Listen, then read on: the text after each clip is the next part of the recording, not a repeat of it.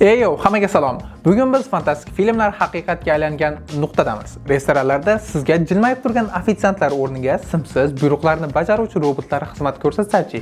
Qizig'i, bugungi kunda robot ofitsiantlar butun dunyo bo'ylab ovqatlanish tarmoqlarida ommalashmoqda. Ayniqsa texnologiya giganti bo'lgan Xitoyda bu oddiy holga aylangan. U yerda Bellabot va Pudobot kabi robotlar allaqachon minglab kafelarning yuragi hisoblanadi.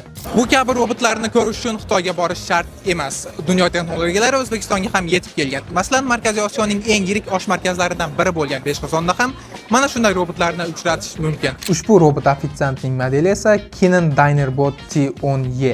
U nafaqat ovqat tashiydi, balki mijozlar bilan muloqot qilish qobiliyatiga ham ega. Robotning bosh qismida yirik ekran joylashgan bo'lib, u orqali robot turli hissiyotlarni ko'rsata oladi. Bundan tashqari, u mijozlar bilan salomlashadi, ovqat kelganini xabar qiladi va hatto hazillashishi ham mumkin. Texnologik imkoniyatlarga keladigan bo'lsak, bu lidar va Vision Slam tizimi orqali harakatlanadi. Bu unga odamlar gavjum joyda ham to'qnashuvlarsiz yurish imkonini beradi. Robotda odatda 3-4 ta ochiq tokcha bo'lib, umumiy 40 kilogrammgacha yukni ko'tara oladi.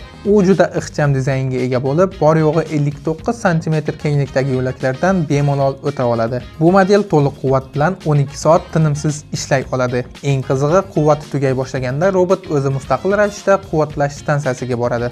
Bu shunchaki texnologiya emas, bu haqiqiy marketing. Robotlar nafaqat ishni yengillashtiradi, balki mijozlar oqimi va qiziqishni bir necha barobarga oshiradi.